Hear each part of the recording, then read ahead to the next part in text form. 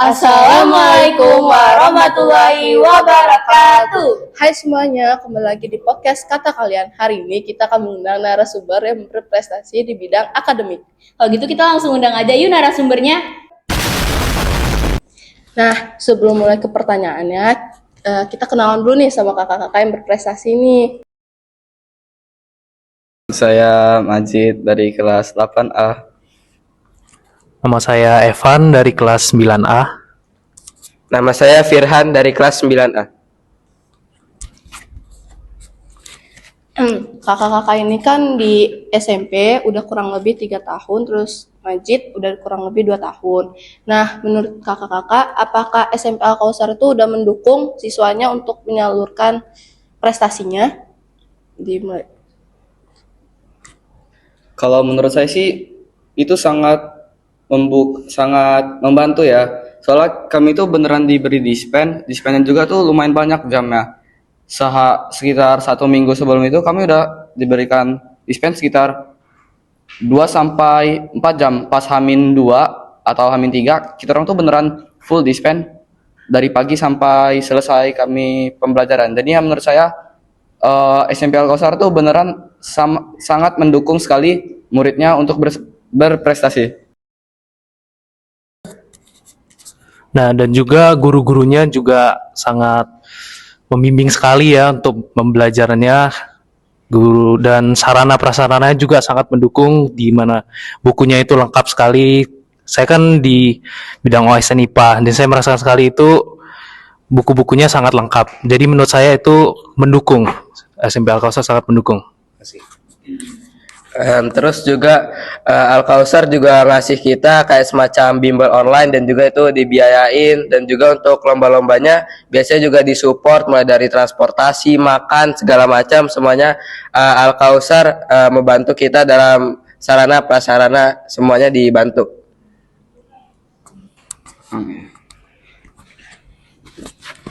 Kalau gitu mulai tertarik sama Olimpiade MTK dan IPA kira-kira dari kapan? Kalau saya sebenarnya sih mulai tertarik matematika tuh dari TK. Dari TK mungkin saya udah belajar kali-kalian pembagian yang dimana itu materi kelas 2, tapi saya udah belajarin di TK. Tapi untuk ke Olimpiade sendiri saya baru terjun pertama kali tuh di kelas 4. Oke. Kalau dari saya tuh sebenarnya sudah menyukai IPA mulai dari SD, tapi kalau untuk terjun di Olimpiade saya baru mulai di kelas 7 semester 1. Terima kasih. Kalau saya awalnya suka matematika dulu karena ngeliat kakak ngerjain soal-soal itu waktu kelas 1 SD atau mungkin kelas 2. Jadi mulai dari hari itu mulai tertarik ke matematika dan mulai terjun waktu SD dan mulai serius dan berprestasi di SMP ini. Alasan kakak-kakak ini milih Olimpiade MTK dan IPA dibandingkan dengan olim-olim yang lain itu alasannya kenapa ya, Kak? Kalau menurut saya sih gimana ya?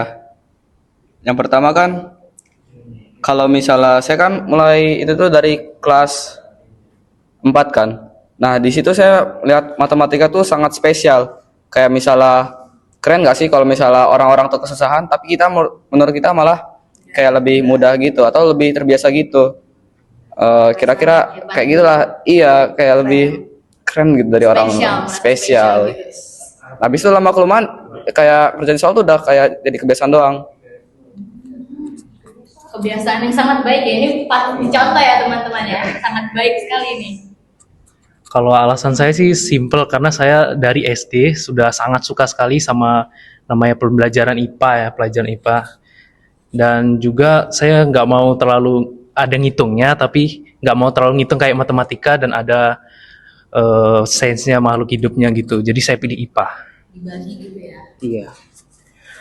Kalau saya sih nganggap matematika itu awalnya karena challenge. Jadi awalnya itu ngerjain soal susah, terus pasti pas kita bisa ngerjainnya itu pasti akan ngerasa seneng banget. Kayak belajar Olimpiade ini awalnya belajarnya mungkin sulit, tapi pas ketemu jawaban, pas tahu caranya itu sendiri, itu pasti rasanya seneng banget. Jadi mulai dari itu makanya saya suka matematika.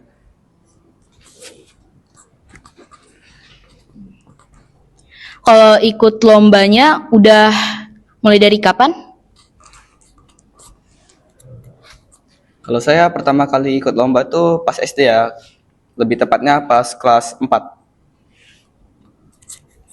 Kalau saya ikut lombanya itu baru saat kelas 7 semester 1 ya, di mana itu ada Olimpiade Sains Kota, saya mulai mengikuti itu. Kalau saya sama seperti Majid waktu itu di lomba tingkat kota di Pahoman kalau nggak salah waktu itu. Itu waktu awal-awal kelas 4. Kalau boleh tahu belajar untuk olimpiade dalam waktu seminggu tuh berapa Kak? Terus kan kalau mau lomba tuh pasti jadwalnya berbeda atau sama dengan belajar untuk olimpiade di hari-hari biasanya kalau nggak ada lomba? Kalau saya sih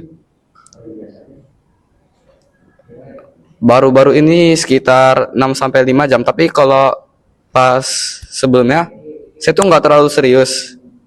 Jadi kalau misalnya pas saya kelas 7 saya masih cuman 2 sampai 3 jam. Palingan kayak gitu. Kalau untuk saya belajarnya durasinya mungkin 2 sampai 3 jam. Tapi terkadang saya menyesuaikan dengan kondisi fisik saya. Kalau saya memang tidak sanggup untuk belajar itu, tidak saya paksakan. Jadi seperti itu. Kalau saya sendiri mungkin ya bisa dibilang lebih nyantai lah daripada teman saya berdua ini. Jadi kalau untuk hari-hari biasa mungkin minimal setengah jam minimal, tapi tiap hari dilakuin. Terus kalau misalnya sebelum lomba itu biasanya kurang lebih sekitar 2 atau 3 jam mulai fokus belajar, itu waktu malam atau mungkin biasanya habis subuh juga biasanya sering belajar.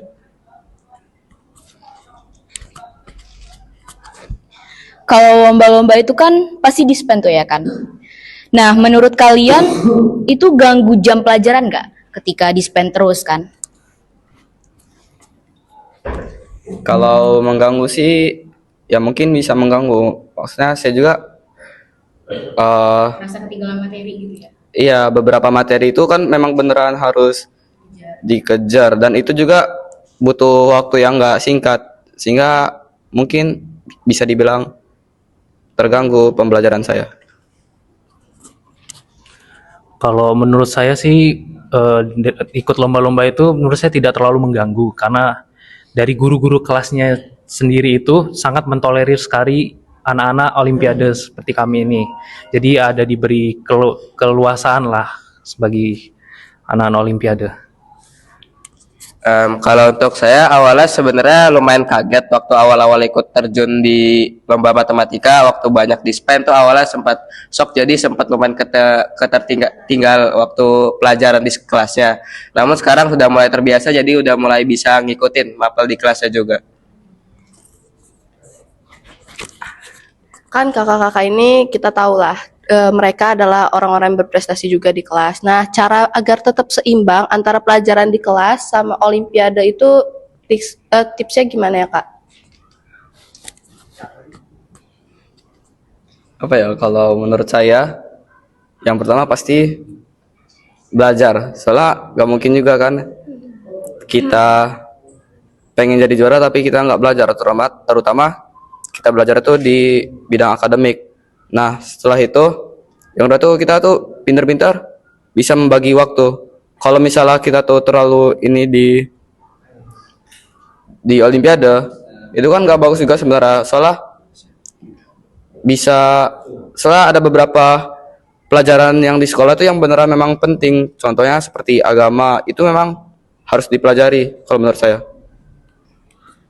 Kalau menurut saya sih ini tentang pinter-pinter membagi waktu ya, sama bedakan mana fokusnya lagi di mana. Misalnya kayak kalau misalnya besok ada PH, kita harus belajar dulu PH-nya itu. Jangan belajar olimpiade yang lain. Misalnya ada besok mau lomba, kita belajar yang lomba dulu, jangan belajar yang PH gitu. Pinter-pinter membagi waktu dan menentukan prioritasnya yang lebih penting. Kalau saya mungkin kurang lebih sama, dan kuncinya satu lagi yaitu sebenarnya disiplin bagi waktu, karena kunci utama biar kita bisa ngikut keduanya itu kita harus disiplin, kapan kita harus belajar di kelas, kapan harus kita belajar untuk yang olimpiade, kapan juga mengurangi waktu bermain kita agar bisa ngikutin kedua-duanya. Kalau dilihat dari tadi kan udah lumayan lama ya ngikutin lomba olimpiade gitu. Udah banyak berarti kan pengalamannya. Nah, kira-kira udah berapa kali mengikuti perlombaan kalau dihitung gitu? Ya udah banyak banget ya sini ikutnya ya, nyampe hitung ya kayaknya ya. Eh, kalau ngitung sih saya juga lupa lomba di mana aja ya. Tapi kira-kira di bawah 10 tapi lebih dari 5 deh kayaknya. Set, ngeri juga ya. Kalau saya sih kira-kira sudah mengikuti lomba sebanyak 7 kali ya di IPA ini. Kalau saya mungkin ya kurang lebih sama seperti mereka berdua karena kita juga lumayan sering lomba bareng, jadi kurang lebih sama kapan berapa kali lomba ya. Pastikan di setiap perlombaan itu ada kesannya. Nah, menurut kakak-kakak kesan setiap perlombaan itu gimana? Terus yang paling berkesannya itu di lomba yang mana? Kalau menurut saya sih ya, kesannya tuh kesannya pas perlombaannya atau gimana? Tentu saja tegang ya, soalnya kita kan saling melawan lawan kita. Terutama pas LCT itu beneran tegang banget kondisinya. Soalnya di situ kita beneran tahu nilai kita tahu beneran kita kalah, kita tahu beneran kita tuh menang. Dan juga kita diliatin sama orang-orang kalau misalnya juga kita tuh kalah, kita tuh bener under the pressure. Sehingga itu benar-benar memberikan tekanan kepada kita orang. Itu sih. Kalau dari saya yang paling berkesan itu di perlombaan Olimpiade Sains Kota ya. Di mana itu saya merasakan ada rasa bahagia, ada rasa tegang juga gimana apakah lolos apa enggak, dan rasa bahagianya itu di mana kita udah berhasil menyelesaikan atau menghadapi soal ini dari persiapan kita berbulan-bulan lamanya, dan itu menurut saya. Kalau menurut saya yang paling berkesan sih waktu itu lomba kompetisi matematika yang di Unila. Waktu itu tuh lombanya tuh tingkat provinsi, jadi lumayan salah satu lomba paling bergengsinya se-Lampung lah, apalagi juga yang ngadain juga universitas di Lampung.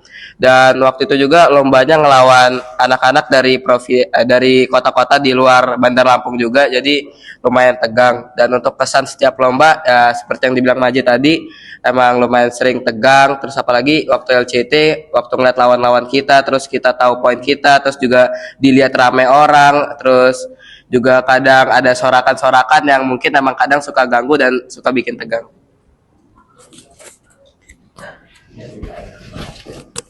Pernah nggak merasa untuk kayak nggak mau lagi ngelanjutin olimpiade, entah itu karena bosan atau karena males? Kalau saya sih belum ngerasain ya. Tapi kalau misalnya kayak jenuh, udah pastilah itu. Tapi kalau sampai mau give up tuh enggak sih kayak. Semoga jangan sampai juga ya. Kalau saya sih ya kurang lebih sama seperti Majid, ya belum ngerasain namanya puas gitu, karena saya juga merasa saya juga masih belum terlalu jauh sekali sampai tingkat nasional atau dan lain. Jadi ya seperti itu. Kalau saya mungkin kurang lebih sama juga. Kalau untuk bosan atau mungkin sampai pengen keluar atau mungkin gak ikut lagi itu mungkin tidak pernah. Kalau mungkin jenuh mungkin pernah karena belajarnya lumayan lama juga waktunya. Dan saya juga menganggap lomba atau mungkin olimpiade itu sesuatu yang enjoy dan perlu dinikmati. Jadi kita juga bisa ngelakuinnya dengan sesuai harapan kita. Kan tadi kita dengar kakak-kakaknya pernah ngerasa jenuh. Nah, cara ngelawan rasa jenuh tuh agar tetap semangat belajar untuk olimpiadenya tuh gimana, Kak? Yang pertama pasti kan orang-orang beda ya. Kalau saya sendiri sih biasa sih lebih ke nyemil sih. Iya. Jadi belajar sambil nyemil itu ya? Iya. Merasa lebih refreshing aja gitu Lebih refresh juga, otaknya juga lebih fokus karena kita dapat asupan juga kan dari nyemil itu. berbarengan gitu ya. Iya. Kalau dari saya sih, kalau tipsnya kalau lagi merasa jenuh atau bosan pada belajar, saya biasanya mengingat tujuan atau goal saya untuk menangkan lomba itu. Jadi sehingga saya tidak menjadi merasa malas saat belajar ya.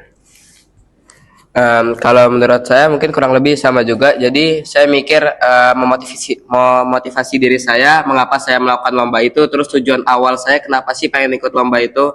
Terus juga saya mikir mungkin di awal-awal waktu belajar kita merasa susah, namun pasti saat kita mendapatkan prestasinya, kita berhasil menang lombanya, pasti kita akan merasa senang setelah melakukan usaha-usaha yang telah kita lakukan tersebut.